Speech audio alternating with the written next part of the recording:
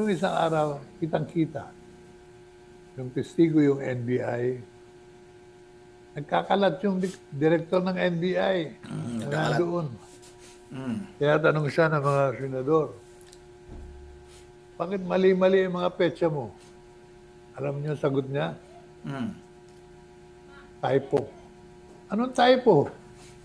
Basis of the complaint of the impeachment, mali ang mga data mo, idadahilan mo typographical error.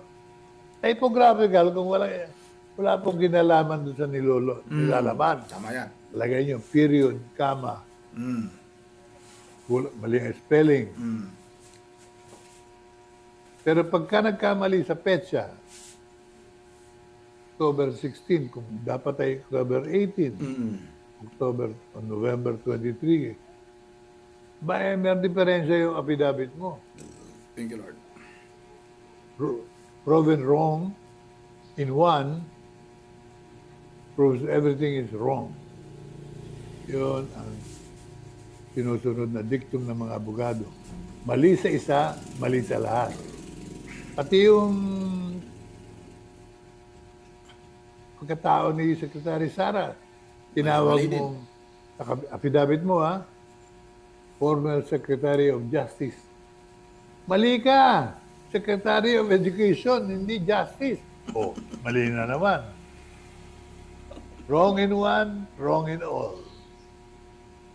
Kaya ngayon pa lamang nag-uumpisa ang mga witnesses kuno. Ay nakikita ko na paano magpa-prosper ito kung mali-mali ang kanilang mga babasihan. No, ibig sabihin mga kababayan palpak, itong mga kinuha nilang mga witness. Halatang halata mga kababayan, no? Na itong mga witness na ito ay mga bayaran ito. At may mga kaso ito. At hindi nalalayo mga kababayan. Kaya napilitan itong maging witness, maging testigo laban kay BP Sara Duterte. Dahil nga para mga kababayan, itong kanilang mga kaso ay mawala. O tingnan niyo ngayon itong si Martin Romualdez. Ano ang sinasabi lagi nitong si Crispin Remulla? Malapit ng masampahan. Lagi na lang malapit mga kababayan. Pero wala pa talagang kaso na naisampa kay Romualdez. Kasi nga mga kababayan, hihintayin pa yan nila na makalimutan na ng taong bayan. Yan ang kanilang ginagawa. Nililito. Niluloko lang tayo ng administrasyong ito. O itong si dating Mayor Lito Atienza mga kababayan, bitiranong politiko ito. Alam na nitong si Lito Atienza yung pasikot-sikot sa mundo ng politika. O ito Congressman Luis Tro, makinig ka.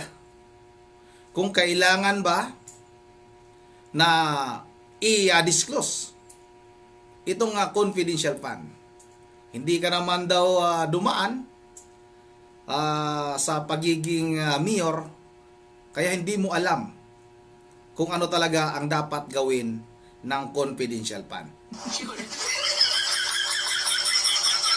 Kung paano gastusin ang confidential funds. O ito, mga kababayan, panoorin natin, ituloy natin itong panoorin. Pinanood ko naman kagabi, si Congresswoman Luis Tro, kini-question si City Administrator ng Davao, si Ms. Lopez. Yun kitang-kita mo, very personal ang dating ni Congresswoman Luis Tro. Ang mga question niya, may conclusion na kung ano yung kanyang iniisip. Yun ang ipinipilit niya. Magalang pa nga si City Administrator Lopez. Pwede niya sagutin, masyado naman kayong malupit. Kasabi lang ako ng totoo. Binabaliktad yung sinasabi ko. May mga tanong kasi si Luis Tro na may conclusion na rin. Tama. City Administrator ka, hindi mo alam kung magkano pinipirmahan cheque ng mayor mo. Hindi naman alam ng administrator lahat yan. Kung si Congresswoman Luis Tro naging mayor o presidente o vice-presidente, malalaman niya na yung administrator mo sa kusina, hindi mo sinasabi lahat dyan. May mga bagay katulad ng paggamit ng confidential fund. Hindi mo kinikwento yun sa mga empleyado mo. Alam nyo, binigyan ko si gano'n, ng ganito, ng ganito. Kaya ko, naging mayor ako for 9 years. Meron din akong confidential fund. Saan ko ginagamit yun? Sa mga kailangang tulungan para makuha mo ang katotohanan at magawa mo ang trabaho mo ng tama. Pag pinag-usapan ng security, alam ko ang pulis kulang ang sweldo, dinadagdagan ko from my confidential fund.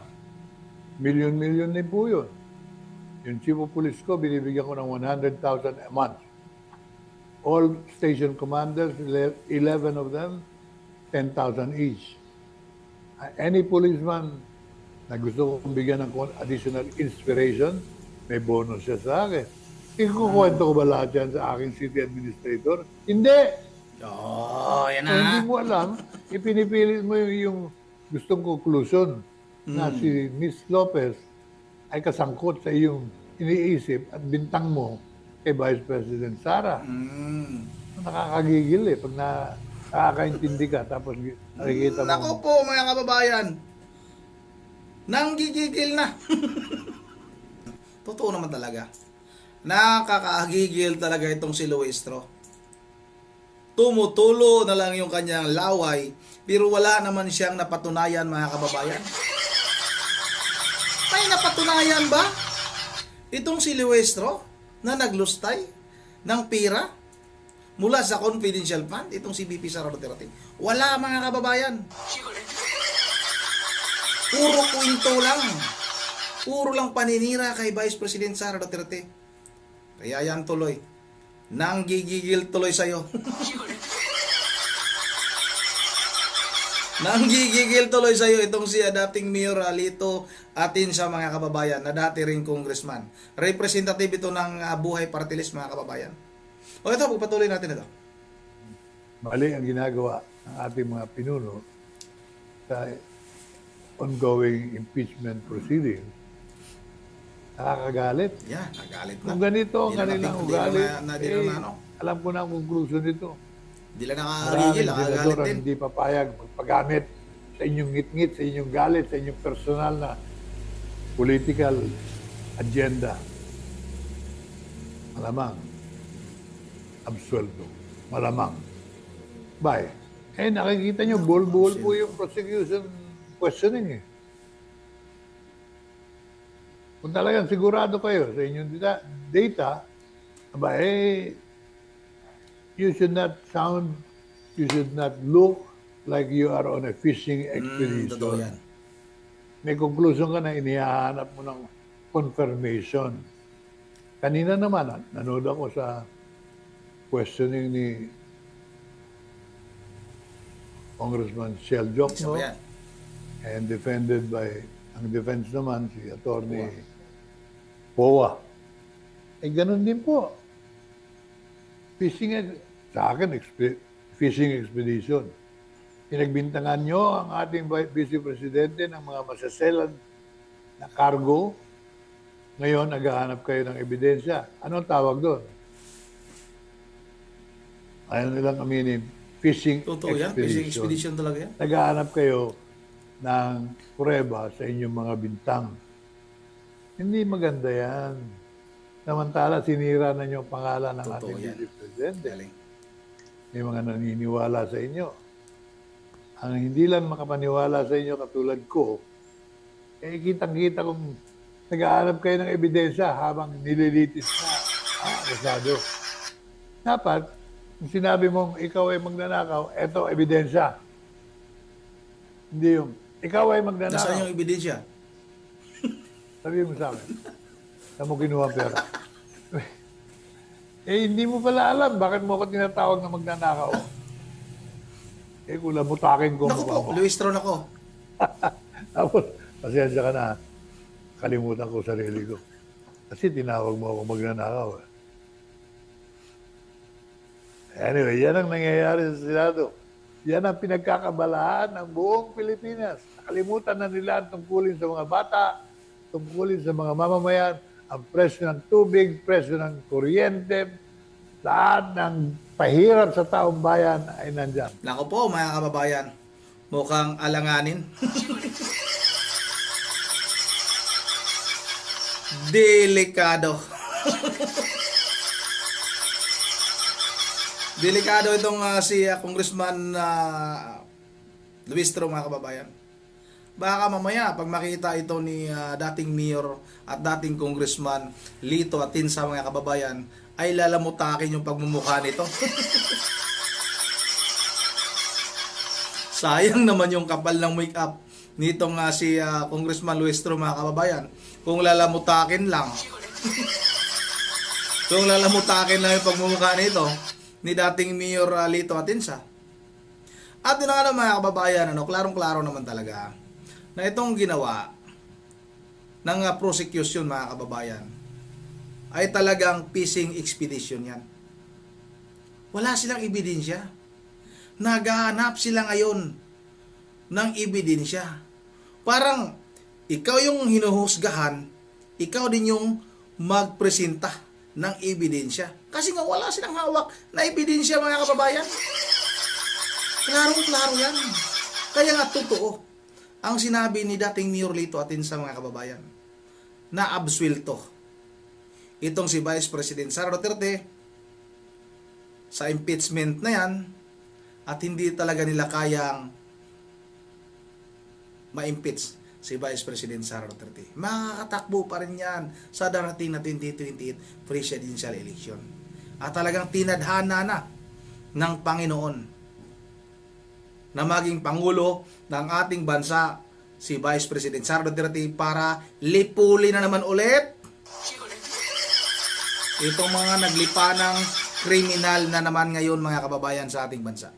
Yun lang, dito lang muna, at bago tayo magtatapos ay mag-shoutout lang muna tayo kay Ma'am Virgie Veraligius ng Apula, Bulacan, kay Ma'am Joyce ng Japan. Shoutout sa iyo, Ma'am Joyce. Kumusta na, Ma'am Joyce? Shoutout na rin kay Ma'am Michelle Bulima. Shoutout kay Juwin Coats Juwin Coats Rua. Palabas lahat ng tropa, malihis yung focus natin sa malaking babasahin ko lang to mula kay Juwin Coats Rua.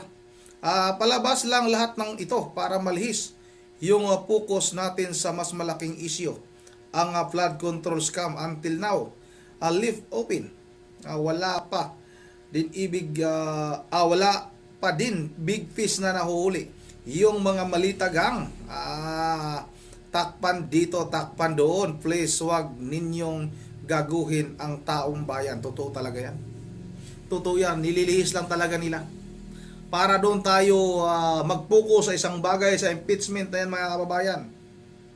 Yan yung kanilang mga ginagawa ngayon para makalimutan natin yung pinakamalaking issue, pinakamalaking nakawan sa ating bansa, ang flood control, mga kababayan.